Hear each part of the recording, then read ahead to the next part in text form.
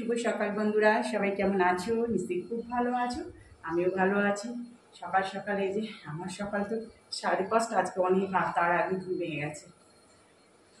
যাই হোক, তারপরে উঠে ঠিক করে আবার শুয়ে পড়ি। এত রাতে উঠে তো আমার লাভ নেই, আজকে আর ফুল তুলতে পারিনি, দাদাভাই পুজো দিয়ে গেছে।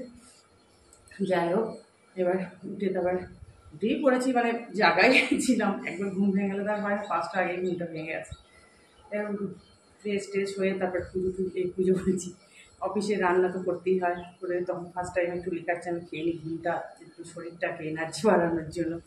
তার খেয়ে তার অফিসে রান্না করলাম। শরীরটা এমনিতেই যে খুব ভালো হয় সেটাও না, একটু রান্না করছি, একটু গিয়ে বেডরুমে ঢুকে গেলো। বেডরুমটা তো একদম ঠান্ডা, আর কিচেনটা তো এদিকে জানলা দাঁড়িয়ে সব খুলে দিয়েছি, তাও কি ব্যবসায়ী গরম। আর এদিকে না জানলাটা মানে পাখা চালালে সরাসরি গ্যাসেই তো, আর চিমনি চলে, মানে হাওয়াটা টানে, খুব অসুবিধা হয়ে যায়। আর চিমনি চালালে একটু চারিদিক বন্ধ করে রান্না করতে হয়, খুব প্রবলেম, নানান রকম সমস্যায়। একটা উপকার করতে গেলে আরেকটা হয়ে যায় অসুবিধা, একটা সুবিধাতে। যাই হোক, তারপরে উদ্ধার হয়ে গেলাম, তোমাদের দাদাভাই বেরিয়ে ঠেরিয়ে গেল। আর আজকের আবার ডাস্টবিনের লোক অনেক মানে একসঙ্গে, তোমাদের দাদাভাই বেরোনোর আগে ডাস্টবিন লোক এসে গেছে। পেছনে আগে এসেছিল, আমি আওয়াজ পেয়েছি। তুই আবার খাটে বসছিস? ও বসাই ঠিক হচ্ছে না গরমে, একবার চেয়ার টেবিল, একবার খাটে, কোথায় যে বসবে মানে ঠিক পাচ্ছে না। তাও তো ওই পেছনে একটা পুকুর মতো আছে, পুকুর মধ্যে কি গাছ হয়ে গেছে পুকুর, তো পেছনটা গাছ টাছ আছে তো ঠান্ডা হাওয়াটা দেয়। ওই বার যদি জানালাটা খোলা আছে, সকালের দিকে খুলে দিই, ভীষণ ঠান্ডা লাগে, মানে হাওয়াটা দেয়। এরপর একটু করে আবার রোদটা আসতে বসে দিচ্ছে। আর এদিকে উত্তর দিকে জানলা খোলা আছে, এদিকে রোদটা আসে তো পুরো দিকে, জানলা থেকে তো পুরো আলু হয়ে যায়। আর দেখবে মানে গরমকালে আমি তো লাইট জ্বালাতেই আমার ইচ্ছে করে না। তোমার দাদা খেতে বসে লাইট জ্বালানো, লাইট জ্বালানোর কী আছে বাবা? বলছে ঠিক আছে আমি খেয়ে নিই, তারপর বাবা আমার তো লাইট, মানে গরমকালে আগে ঘরে ঢুকলে রাত্রিবেলা ধরো ইসের থেকে কিচেন থেকে বেডরুমে ঢুকবো, আগে পাখাটা চালাই, তারপর লাইটটা জ্বালাই। মানে এখন এমন পরিস্থিতি হয়ে গেছে, ও একটু বৃষ্টি না হলে আর পাচ্ছি না। যাই হোক, অনেক কথাই বলে ফেললাম, সঙ্গে থাকো, দেখতে থাকো।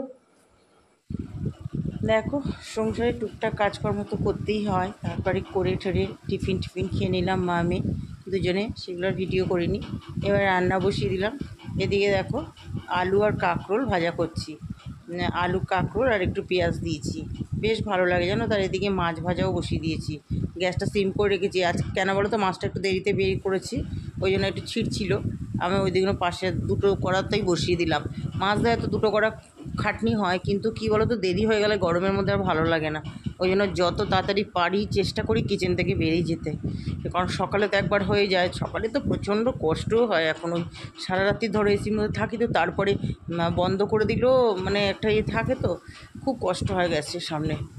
কিছু করার নেই, করতে হবে। এবার দেখো, এই যে ঝিঙে আলু দিয়ে দেখলে তো মাছের ঝোল করলাম, কালো জিরে ফোড়ন দিয়ে, একদম কাঁচা লঙ্কা দিয়ে। এই মাছের ঝোলটা গরমের জন্য খুবই ভালো। আর লেবু, এর সাথে একটু লেবু না হলে ঠিক ভালো লাগে না, লেবু দিয়ে, লেবু তো আছেই, লেবু দিয়ে খাবো। আর এদিকে দেখো আর 2 পিস মাছ ভাজা রেখে দিলাম। আলু কাঁকরোল ভাজা দেখো হয়ে গেছে। ওই ঢাকাটা খুলে মাঝে মাঝে একটু নাড়াচাড়া করলেই হয়ে যায়। এটা কিন্তু বেশ ভালো লাগে জানো তো, গরম ভাতও ভালো লাগে, ডালের সাথেও ভালো লাগে, জল ঢালা ভাতের সাথেও ভালো লাগবে, যেটা রাত্রে খাওয়ার প্ল্যান করছি আমি। তারপরে দেখো এই যে মাছের ঝোল হয়ে গেছে, এবার ধনেপাতা দিয়ে দিলাম। আর একটু ধনেপাতাটা না, কাঁচা লঙ্কার মাছের জন্য না, আমি এই জন্য আমার একটু ধনেপাতা না থাকলে খুব অসুবিধা হয়। আমার তো কাঁচা লঙ্কার রান্নাই খাই। এবার এদিকে একটু কী বলো তো, অল্প একটু পুঁই শাক ছিল, সেটা একটু চচ্চড়ি করে নিলাম, একটু ভাজা মশলা টশলা দিয়ে। আমি একটু কুমড়ো দিয়েছি, কুমড়োটাও অল্প ছিল, একটা ছোটো আলু দিয়ে দিয়েছি আমার আর মেয়ের জন্য অনেকটাই। ভাতও বসিয়ে দিয়েছি। তারপরেই দেখো এই যে বাসন টাসনগুলো একটু একটা কড়া মাজা হয়ে গেছে, মানে আমার তো সিঙ্কে বাসন পড়লেই তোমাদের বলি ধুয়ে নিই, নালে জমে গেলে খুব অসুবিধা হয়, তো আর ভালোও লাগে না, একসঙ্গে অনেকটা হয়ে গেলে ওটা কষ্ট হয় বেশি। সব মেজে বা ধোয়া হয়ে মাজাও হয়ে গেল, আর অনেক তো মাজা হয়েই গেছে আগে সকাল থেকে। এই যে গ্যাসের এখানে চা পড়েছিল একটু, ওটা আবার একটু ভালো করে ঘষে নিলাম, নাহলে তো না ঘষলেও দাগ পড়ে যাবে। এবার যেটা সবচেয়ে কঠিন কাজ, এই যে গ্যাস মোছা, টাইলস মোছা, চিমনি মোছা, এগুলো হতো রোজকার কাজ। আর প্রত্যেক দিনের কাজ যদি এগুলো প্রত্যেকদিন একটু করে ফেলো না, তাহলে কিন্তু একবারে অত খাটনি পড়ে না, আর বেশ পরিষ্কার পরিচ্ছন্নও থাকে ঘর। দেখো তারপরে স্নান টান করে, অনেকক্ষণ আগেই হয়েছে, স্নান টান করে খেতে বসে গেলাম। এই যে ভাত নিয়ে নিচ্ছি, একটা পেটির রুই মাছ ভাজা নিয়ে নিচ্ছি, কাগজি লেবু আর পুঁই শাক চচ্চড়ি যেটা করলাম ভাজা মশলা টশলা দিয়ে, শশাটা মেয়েই খায়, আমি হয়তো 1 পিস খাবো।